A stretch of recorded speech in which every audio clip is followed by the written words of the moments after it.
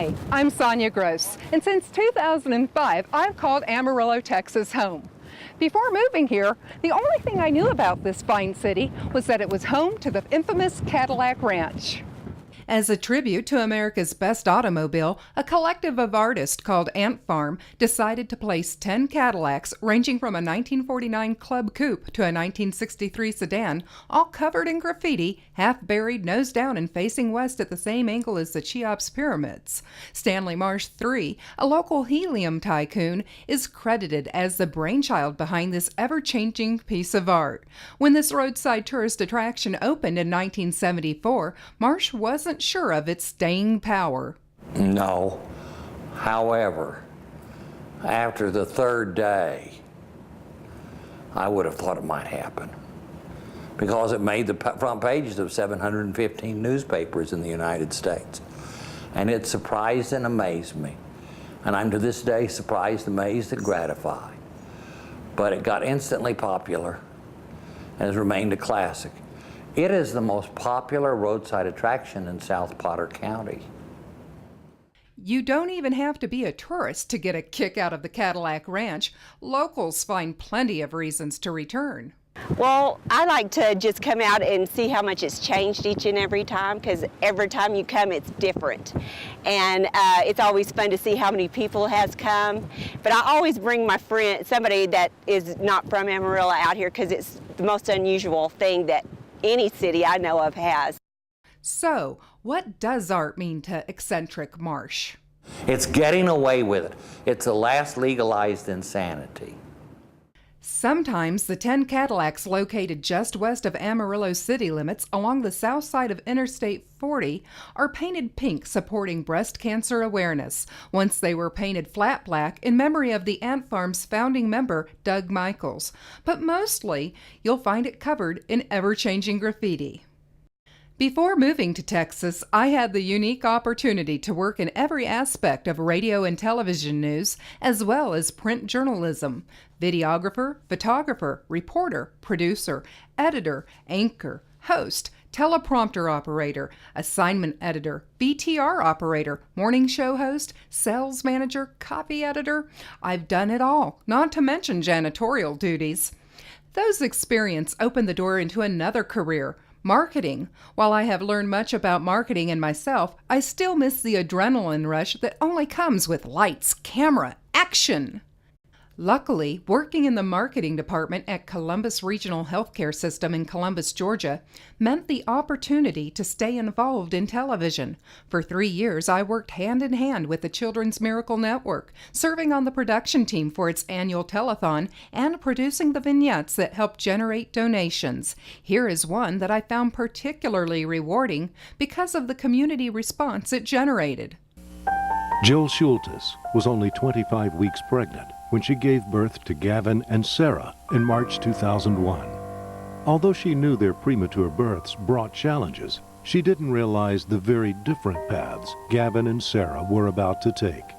Both were in respiratory stress and put on life support immediately, followed by blood transfusions.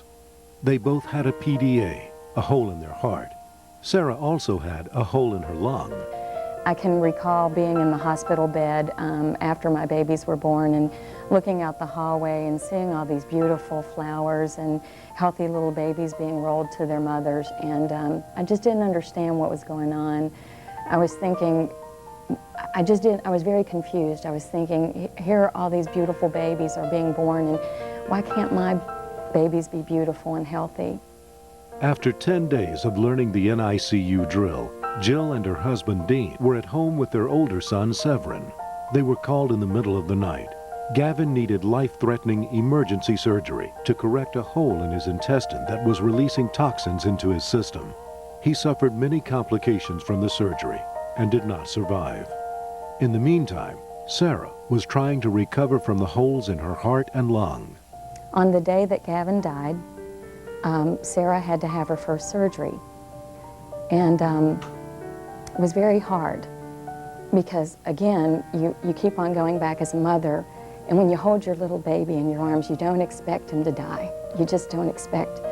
And then after he does die, you don't expect your daughter to have her first major brain surgery to allow her to hopefully have a life.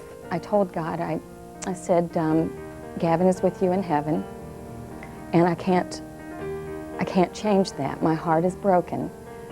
And if you take Sarah today, I have come to one conclusion, that I will always give you glory no matter what, because you are my Father. And I'm not going to lose that. I don't want to lose my relationship with you.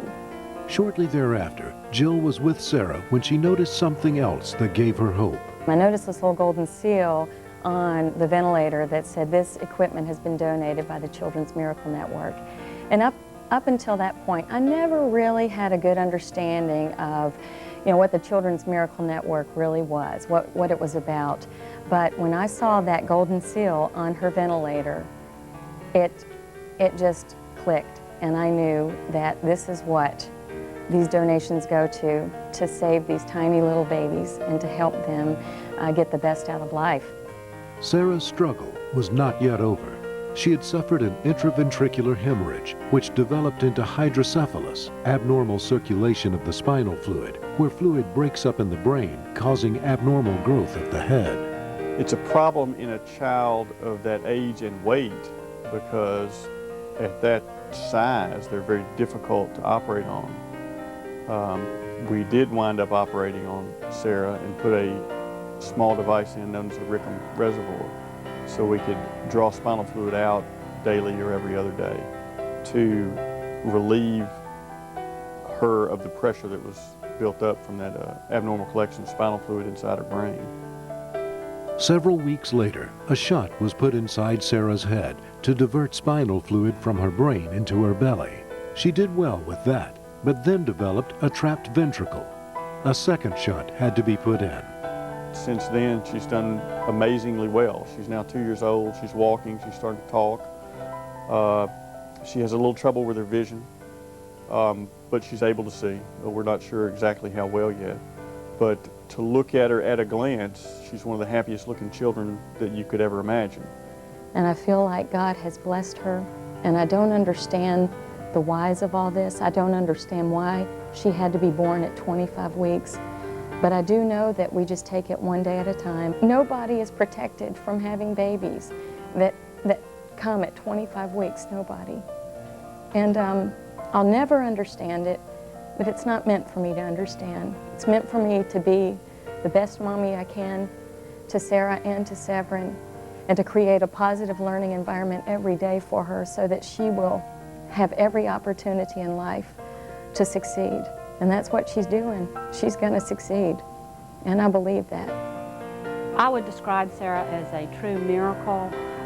Her development and her has been way above what was expected of her, and she is just a true miracle of the medical community.